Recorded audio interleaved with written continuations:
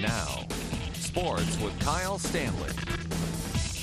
And the dream season continues for the Grand Junction Tigers. They travel to Denver tonight for the second round of the playoffs. We have all your needs tonight at 10. Day 2 of the Colorado State Wrestling Tournament here at the Pepsi Center. We started off with right around 60 to 65 local wrestlers. Obviously, that number is down. Today, it's the Avalanche's turn, and what they want? It's a W flag. Maybe a little nicer than this one, but still a flag. Live via Skype.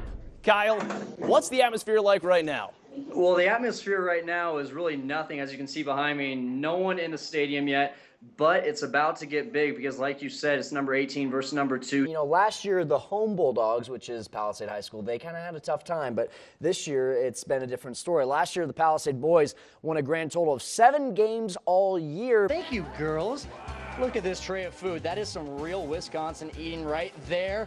Who says you can't have fun on Super Bowl Sunday while also working? We'll be right back. All right, so this right here is not hard work, but getting a body ready for a bikini competition like Sherry Zenizek and Michelle Hughes are doing, now that is hard work. Colorado Mesa didn't have much time to celebrate their first RMAC victory on the mats last night. After defeating Western State, they turned right back around this morning to host the first ever CMU Open. Stanley's success got me thinking, how much do the two of us have in common besides our names? Well, apparently a few things. We were both born in 1987. Turns out we were both at the 2009 U.S. Open. We both have never won a major title, obviously, for me. And while the golfer won over $100,000 this year, well, I wish I could earn that much. You know, those are some good comparisons. Come on, that's good for something. Small world, what do you say? We'll be right back.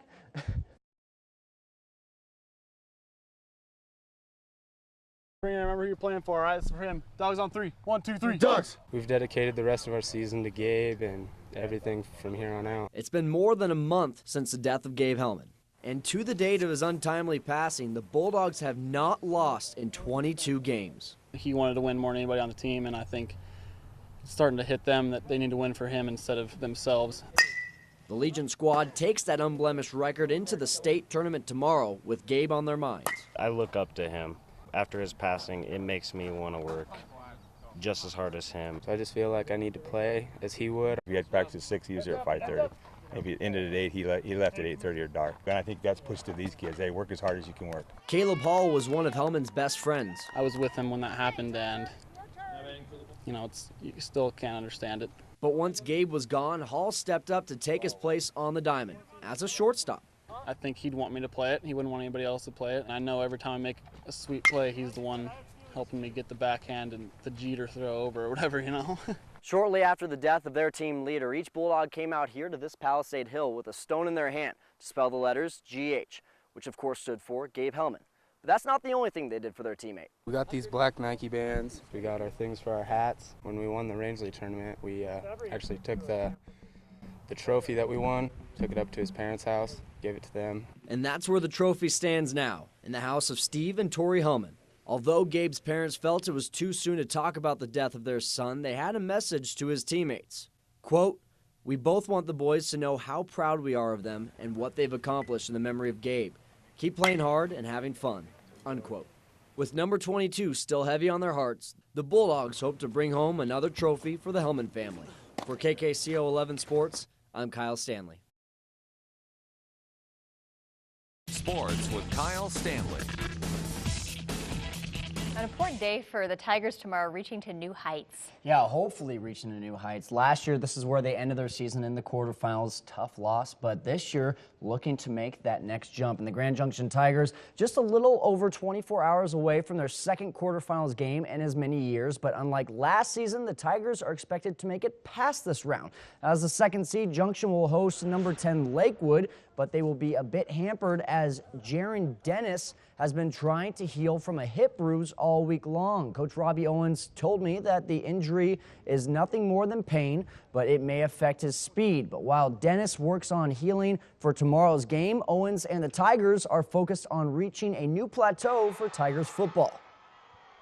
You know, this is a big step for us. The quarterfinal game is always a big game. I talked to a lot of coaches this week, and, you know, the quarterfinals is always that, you know, that hump that everybody's got to get over. And keep telling them we haven't done anything, you know, special yet because we expected to be here. Everybody on the team still feels that from last year, and we stopped short of what our goal was last year, and our goal is to make it past this playoff game. This game will be at Stoker Stadium tomorrow at 7 p.m. and coming up tonight at 10, we'll hear why Owens thinks that this will be an easier game than their most recent matchup at Chaparral.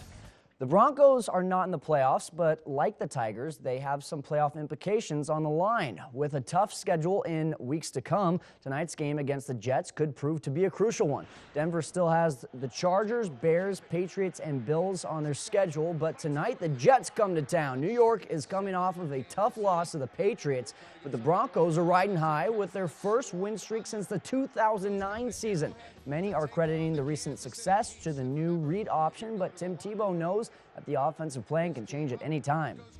We got to go in there and we got to set the tone with our physicality and with how we play. But ultimately, I think you got to be ready to do whatever is asked of you, run, pass, whatever it is, and as an offense, be ready to adjust to anything.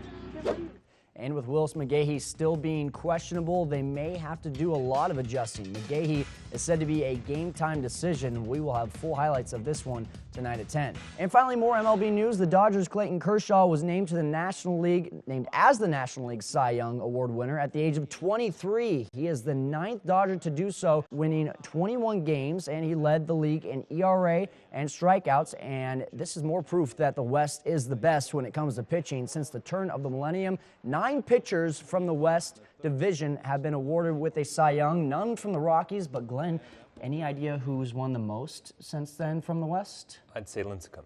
It's actually Randy Johnson. Oh, Diamondbacks. Randy He had a stretch there from 99 to 2003 where he won 4 straight Cy Youngs. Good thing I'm not eligible to win Tuesday Sports Trivia anyway, huh? Currently, it is Lincecum, though. He's the only current one still playing. Gotcha.